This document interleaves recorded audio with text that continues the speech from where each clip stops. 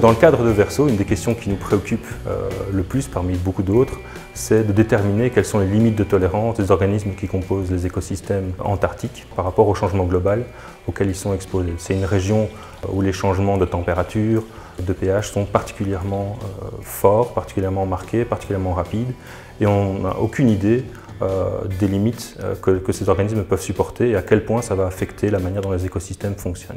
Concrètement, ce qu'on va faire, c'est se rendre sur le terrain pour prélever des échantillons bien sûr, mais aussi pour réaliser des expériences d'exposition de ces animaux à toute une série de stresseurs, soit pris séparément, soit en combinaison, pour essayer de comprendre quelles sont leurs limites de tolérance à ce stress. L'ULB coordonne le projet Verso et au niveau de la recherche, nous nous occupons plus particulièrement des aspects liés à la biogéographie, donc à l'étude de la répartition spatiale des organismes. On s'intéresse aussi aux problématiques liées au réseau trophique, donc aux places de différents organismes dans les chaînes alimentaires antarctiques.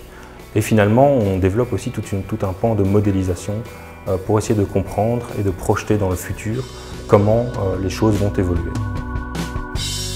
Il y a deux buts qu'on peut détacher du reste du lot. Un premier, c'est d'acquérir une connaissance fondamentale sur la biologie des organismes antarctiques sur lesquels on sait très peu de choses. Donc on veut combler des lacunes dans nos connaissances. Et le deuxième but, c'est de travailler sur des modèles, donc de projeter dans l'avenir, à l'aide de modélisation informatique, les réponses potentielles de ces organismes au niveau des écosystèmes, en tenant en compte justement ces limites qu'on aura déterminées expérimentalement. Donc ce qu'on va réaliser au niveau expérimental dans le cadre de Verso va servir à nourrir ces modèles qui vont nous permettre de prédire, en tout cas dans une certaine mesure, de prédire comment les écosystèmes vont répondre à ces stress.